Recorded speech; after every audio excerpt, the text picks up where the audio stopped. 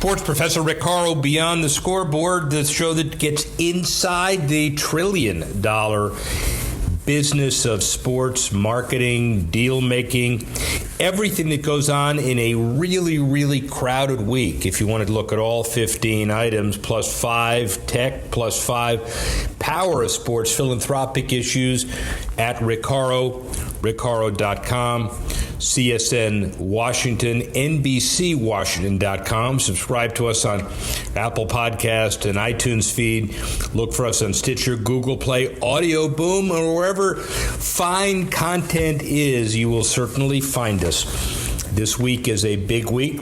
Let's start with, some would say, the biggest issue of July 4th weekend. Barbecue, apple pie, fireworks, and Nathan's famous 4th of July International Hot Dog Eating Contest runs live on July 4, ESPN2. 1-hour telecast marks the 16th consecutive year ESPN televised the event.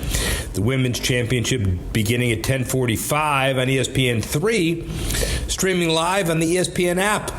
Adam Amon will do play-by-play of the eating competition, in addition to the live event on ESPN2. An ESPN3 camera focused on Joey Chestnut in the men's competition. Chestnut attempts to break his world record, 74 hot dogs and buns in 10 minutes. Enjoy America's favorite summer holiday, the hot dog eating contest. Well, in all seriousness, it is baseball time as well. And when you focus on that, it's time for Major League Baseball's All-Star Game in Cleveland, the activation of significant sponsor brands. Bank of America, Taco Bell hit it out of the park.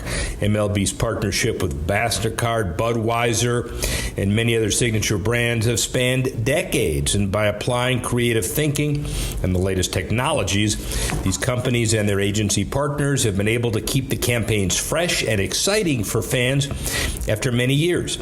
In a similar environment, the Yankees and Red Sox met twice at London Stadium this last weekend. In the face of high-scoring shootouts, London's competitive highlight was undoubtedly the mascot race between Freddie Mercury, Winston Churchill, King Henry. Welcome back to Beyond the Scoreboard with Rick Horrow. We pick up right where we left off. Not miss television. When you think of some of the other issues, by the way, let's look at minor league baseball. Ronald McDonald House Charities, the title sponsor of this year's AAA All-Star Game. The annual game, the AAA Pacific Coast and International Leagues compete, scheduled for July 10 at Southwest University Park in El Paso. Telecast on the MLB Network. The deal includes advertising inventory on MLB Network, logos on player uniforms, static signage within the ballpark. Social and digital media also support the event. Agency Forefront worked with host El Paso Chihuahuas to secure the sponsorship. Huntington Bank and Gildan were presenting sponsors of last year's AAA All-Star Game in Columbus. The return on investment for minor league baseball sponsors, both at their mega events and regular season games, continues to grow. And a tribute to celebrating minor league baseball in all contexts. Our interview this week was taken from the archives, but not distant archives, recent archives. Ken Babby. His father, Lon, was an agent of significant repute, Grant Hill and others, and one of the first guys at Williams and Connolly to charge athletes on an hourly basis. Some would say revolutionize the business. This guy is a chip off the old block, but has created his own independent path. He owns, get this, near Akron, Ohio, the Akron Rubber Ducks. And how about this?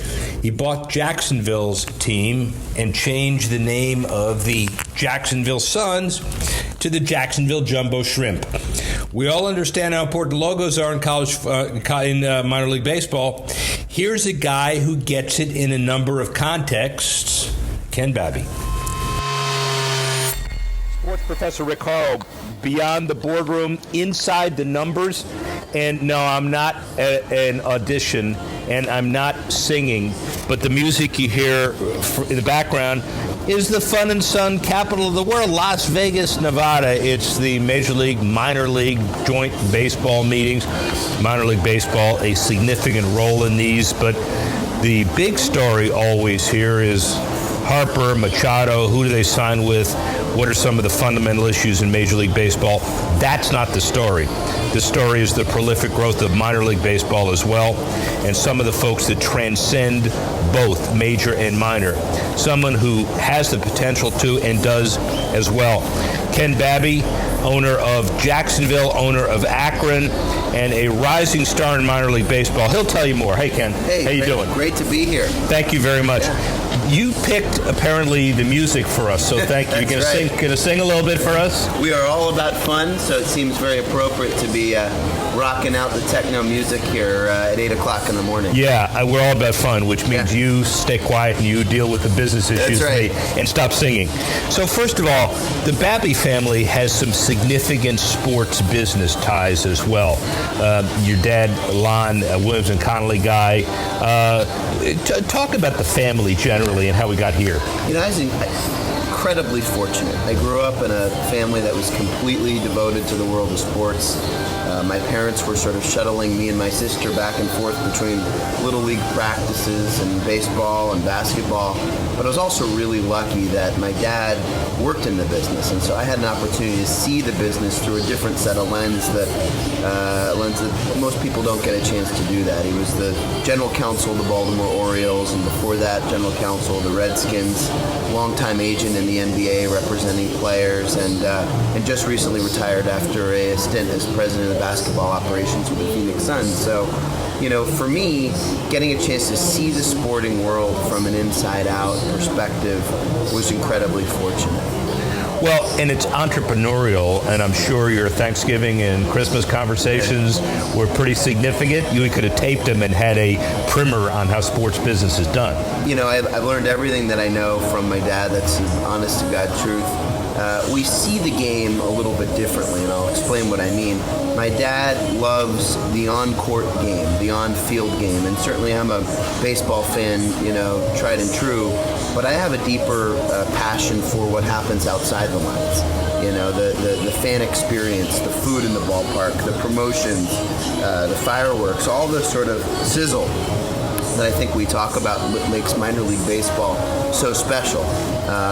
And growing up in ballparks, being at Camden Yards with him after it opened, you know, he's watching on the field the 1992 Orioles, which were nothing too much to remember, and I was looking around seeing which local companies had signage in the ballpark and wondering what the food prices were. So well, and the irony of that is interesting. We'll get back to minor league baseball in your career also, but one more thing about your dad, who I respect more than anybody else in this world.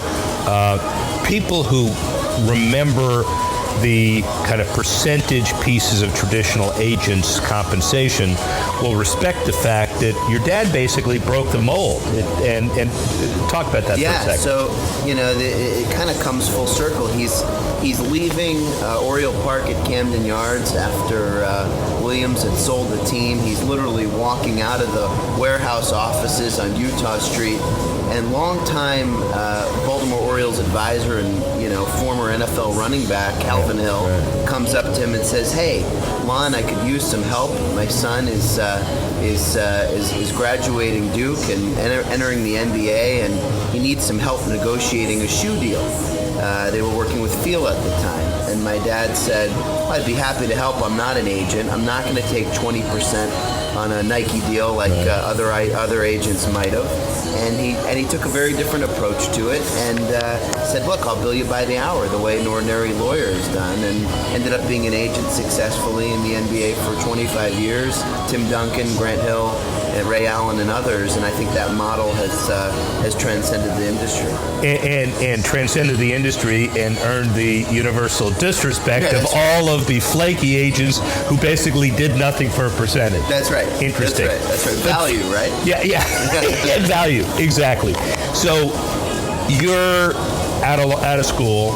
You always want to get into baseball, but you took a fairly circuitous route at the Washington Post. Talk about that. So, you know, what I really wanted to do was work in baseball right out of college, and you know, thanks to my dad's connections, I wrote and emailed and called just about everybody we knew in the business, and pretty much nobody responded. And the reality is, and for folks that are listening, and I say this all the time to people that have an interest in getting into sports, there's such volume of people who want to do it that really have no experience out of school to enter the business, and it's very challenging. The best advice I received was from our family friend and a guy you know well, Larry Lucchino, who at the time was running the Red Sox in Boston. Who we've had on the show. That's right. Yeah. And I was at Wheaton College just down the road in Massachusetts and had lunch with him, and he said the best thing you can do is actually get a job outside of sports, learn some set of experiences outside of the industry, and bring them back some point later in your career. And so I got a job working at the Washington Post, my hometown newspaper. I had a technology background. I was supporting our production system. My first job was night shift, working from 6 p.m. till 3 in the morning, and was fortunate enough to take on a number of different roles with increasing responsibility at the Post, and eventually left there as Chief Revenue Officer and head of digital in 2012. 2012, and then the last few years, then get into baseball. Talk about the teams you've got. That's where I lost all my hair, right?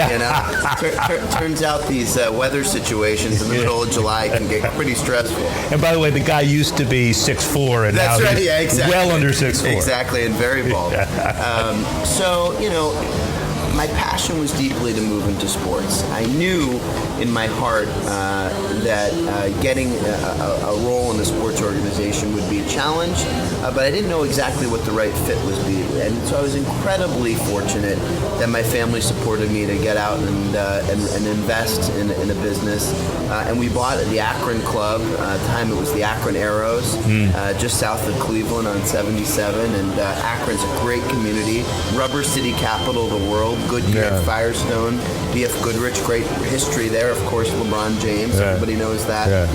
And over the course of the last 7 years, alongside Jim Fander, our incredible GM, and our staff there, we've rebranded, reimagined minor league baseball as the Akron Rubber Ducks. We're going to take a short break, proud but when we AA return, more Rick Horrow, sports fortunate professor. for their success. Welcome back to Beyond the Scoreboard with Rick Horrow. I think we've been very fortunate, right where we left off. And along the way picked up a second team in Jacksonville, the Jacksonville Jumbo Shrimp, as they've since been rebranded, AA affiliate of the Marlins, and having great fun in Jacksonville with our staff down there as well. So I just want everybody to understand that here is the next great extension of the Babby family. Father, serious, represent all that's right in a serious study of law. He's got the Rubber Ducks and the Jumbo Shrimp, ladies and gentlemen. That's right. Did you pick those names sober, or how did you do them? So there's a great firm that I think folks in minor league baseball know well, and I think the world beyond minor league baseball will soon learn, named Brandios. And Brandios has had great success going around the country, spending time in communities and developing identities, like the Richmond Flying Squirrels, the Lehigh Valley Iron Pigs. Did they do the Chihuahuas in El Paso? They did. Yeah. So, you hear these great stories, but it's not as if they're sitting back at their offices in San Diego saying, what would be funny, the Jumbo Shrimp. We spent a lot of time in the community understanding the military, the fact that the rivers and ocean run through the city. Jacksonville, believe it or not, is the largest city in the U.S. in terms of land mass, 840 square miles, but is actually a very, very small town where everybody knows each other. So hence Jumbo and Shrimp, right? So sort of get into this play on military and water, red, white, and blue colors, and so Brandios did a brilliant job for us, and fortunate to know him. And you, as an entrepreneur, understand that if you were called the Panthers or the Wildcats or the Tigers, nobody would have wanted to hear that story you just told. That's right. And I think, tying the brand to the community and making it fun, and something that, you probably would never name a major league team the Rubber Ducks or the Jumbo Shrimp. Right. But this is minor league baseball, $5 tickets, $2 hot dogs. We're trying to have fun and attract the local community. So Pat O'Connor runs minor league baseball. I've got a copy of his opening script that he's starting this conference with. 6,200 games a year and 40 million fans. That's not the story. The story is the brand, what you do with it. So talk a little bit about your perspective of minor league baseball, and obviously the number one choice by 2.5 times the number 2 property as the most fan-friendly entity by Sports Business Journal. Talk a little bit about that. It's an incredible honor to continue to, I think, the 4th year in a row that's happened in terms of great, family fun. Minor league baseball has a very unique place, I think, in the sports landscape because truly these are community teams. There's 160 teams out there in the U.S. in markets where minor league baseball is the biggest thing going on that night. They don't have the luxury of Major League Baseball. They may not have other sports options going on. And so I can speak particularly about Akron in this example. On a Friday night in Akron, Ohio, Northeast Ohio is gorgeous in the summertime, maybe not in the middle of January or February. Right. Getting down to an Akron Rubber Duck game is the highlight of that community's week. And so the promotions, the fireworks, the fun, the celebrities, the business community all has suites on our 25 suite level where the CEOs are hobnobbing and connecting on the week's events, and the mayor's kind of holding court in the suite concourse talking to everybody. It really is Main Street USA at its best. And so minor league baseball, I think, has established itself as a business-to-business place where work gets done.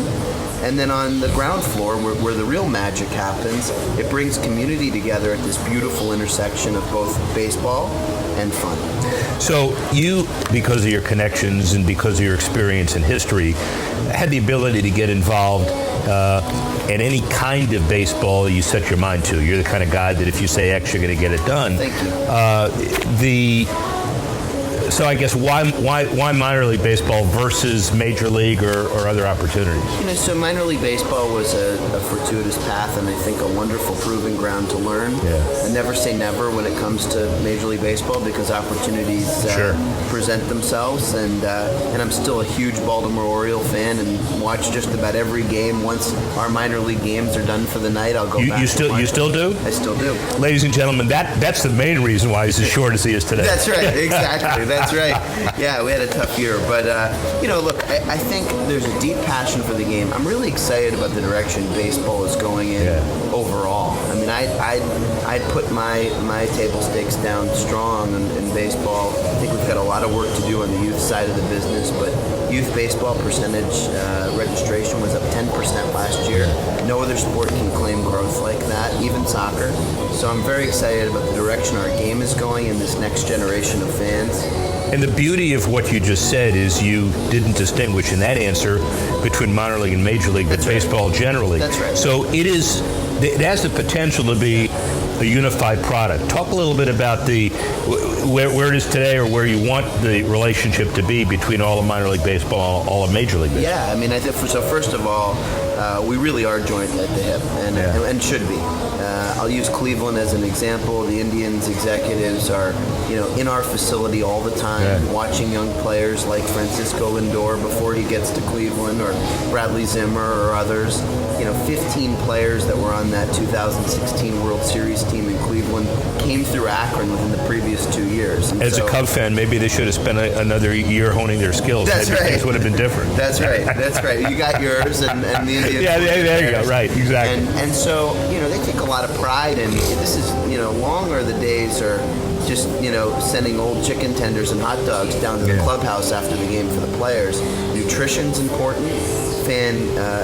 Player safety is really important now. We've extended our netting to protect both our fans and our players, and so we're thinking deeply about the experience, both from both lenses. Yeah, and so give us, Ken Babby, a perspective on where you think minor league baseball is, the relationship with MLB and minor league baseball 5 years from now. Yeah, so I think first and foremost, minor league baseball has and can be the proving ground to grow the next generation of fans at the major league level, both digitally, both in park, both brand-wise, and through everything that's going to happen in terms of esports, right? So, a 10-year-old like my son Josh wakes up today, engages with his highlights on the At-Bat app, attends minor league baseball games, seeing the next generation of players, attaches with a fan experience in the ballpark with mascots and excitement and promotions, and then asks me,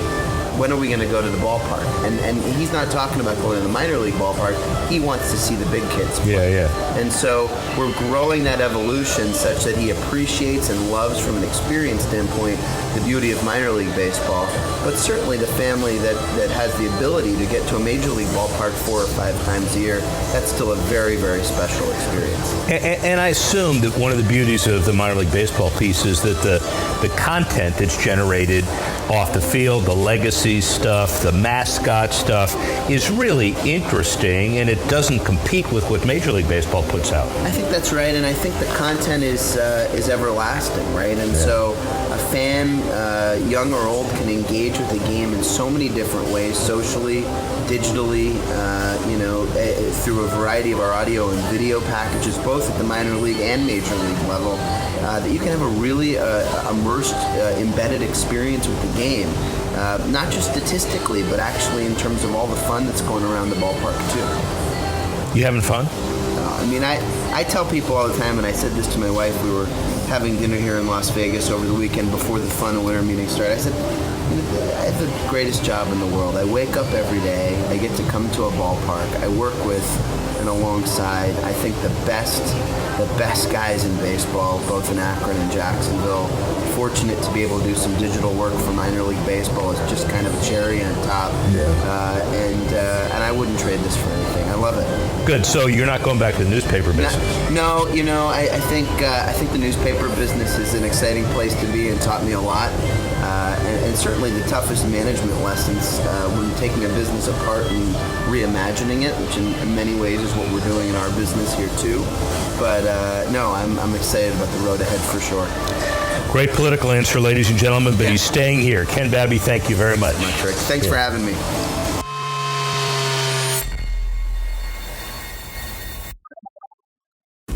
Well, it's the beginning of July 4th week, so the beginning of Wimbledon. Tech giant SAP unveiled Call the Shots, an interactive online game placing fans in the shoes of Wimbledon champ Angelique Kerber the day before a big match, and allows fans to use SAP Tennis Analytics to get her match ready by using data to make decisions that'll help or maybe hurt her success on the court the next day. From helping her pick the most nutritious breakfast to selecting her training intensity levels. And Serena Williams finally gracing the cover of Wheaties. General Mills announcing the addition of a multi-time Grand Slam champion to its historic lineup of athletes. Said Williams, "I've dreamt of this since I was a young woman, and it's an honor to join the ranks of some of America's most decorated athletes. I hope my image on this iconic orange box will inspire the next generation of girls and athletes to dream big." The Wheaties announcement clearly comes in the about damn time category of brand initiatives. And the All England Club offers latest tech, including High Above Court 1. This year's fortnight sees many upgrades to the tournament's My Wimbledon app. Sports Pro and others have noted the biggest piece of technological infrastructure at the year's event is the new retractable roof that's been added at Court 1. Unveiled earlier this year, the retractable mechanism follows the game-changing addition made to center court 10 years ago and allows for extended play and protection from the unpredictable British weather.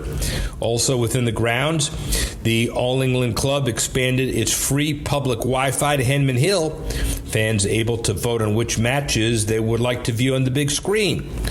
Last year, the tournament registered 220 million views of match highlights, of which 14 million were generated using IBM's Watson A1 sports technology. Professor. We can't wait for college football, by the way. The University of Connecticut planning to move the majority of its athletic program from the AAC to the Big East. UConn has to pay a $10 million withdrawal fee and give 27 months' notice before the departure. The decision must first be approved by UConn's Board of Trustees and expected to breathe new life into UConn's men's basketball by playing against longstanding rivals like Providence, St. John's, and Syracuse. While UConn's women's basketball program yielded 11 national championships, including 4 in a row from 13 to 16, its men's teams only qualified for the NCAA men's basketball tournament once and suffered failing attendance. Any move unlikely to affect the AAC's 12-year media rights extension with ESPN, which kicks off in 2020 and reportedly worth $1 billion. College athletes in California are a step closer to being able to make money from the use of their names, likenesses, and image. State committee passed a bill that would fundamentally change how the NCAA conducts business. The Assembly's Arts, Entertainment, Sports, Tourism, and Internet Media Committee passed the Fair Pay-to-Play Act, which would take an effect January 1 in 4 years. But the LA Times said the bill would not allow schools to directly pay athletes, but athletes would be able to receive compensation from outside sources. Despite a letter from President Emmert last week urging the committee to postpone considering it and warning it of dire consequences if the athletes were compensated. Everybody says that it has its own agenda. North Carolina has a proposed similar bill. So now we have two major states mounting serious challenges to NCAA rules. How about the NBA? Free agency, 6 o'clock Eastern Time on Sunday. The earliest news that broke, the announcement the Celtics inked Kemba Walker, $141 million. Almost immediately, New York Daily News and others reported Kyrie Irving agreed to a 4-year, $141 million deal with the Brooklyn Nets in a move that'll give the Nets a marquee name and elite talent. And they weren't done. Kevin Durant announced his signing for a reported 4-year, $164 million maximum contract. The NBA set the salary cap at $109.14 million, an increase of just more than $7 million from last season. Tax level will be $132 million, and the minimum salary 90% of the cap at about $98. That didn't stop teams from making some big moves, and it will not stop them in the future. NBA award show crowns Bradley Beal as the Community Assist Honor recipient. Received $25,000 for charity of his choice. And according to the Baltimore Sun, Beal served as principal for the day at Ron Brown College Prep High School, participating in a variety of school activities. And he and others took 10 students on a private tour of the National African American History and Culture Museum. Furthermore, Beal donated game tickets to various community groups and provided toys to the Salvation Army during the holiday season. Since the award's inception during 14-15 season, Beal and fellow teammates were past winners John Wall made the Wizards the first team ever to receive the honor twice. Finally, the NBA and its Players Association launched the virtual sports betting product NBA Last 90. It's expected to launch sometime during this season with fixed odds that control the chances that any given bet will win. It means these games can appear even in jurisdictions where sports betting isn't legal, but other forms of gambling are permitted. The virtual sports betting features real teams and players. NBA Last 90 allows players to place bets on who will score first, who will win the game, or total points to be scored. Additionally, real highlights from recent NBA seasons will be used to stitching together a unique finish to each game. As esports and digital screens grab more attention from the casual bettor, the NBA looks to capitalize on growing virtual betting audience, which netted nearly $1 billion between April 2017 and May 2018. Finally, in mega event news, especially since we're at the back end of the Women's World Cup, the IOC announces Milan Cortina to be selected for the 2026 Games. President Thomas Bach notes that he looks forward to the outstanding and sustainable Olympic Winter Games in a traditional winter sports country. The Olympic Winter Games Milan Cortina 2026 featuring iconic venues and beautiful settings, combining the attractions of a modern European metropolis with a classic alpine environment. There's a press release. In other major Olympic news last week, the IOC, Coca-Cola Company, and a Chinese company announced the first ever joint top partnership agreement. The new agreement has a 12-year term through 2032 and extends Coca-Cola's association with the Olympic movement to a historic 104 years. The 2020 Tokyo Games generated record domestic sponsorship revenues of more than $3 billion, 3 times more than any previous Summer Games. IOC Coordination Commissioner John Coates said local sponsorship agreements were up to 62 companies for all 3 tiers of sponsorship arrangements, and it doesn't include the partnerships with Toyota, Bridgestone, and Panasonic and their contribution to the top program. Separate deals with the IOC.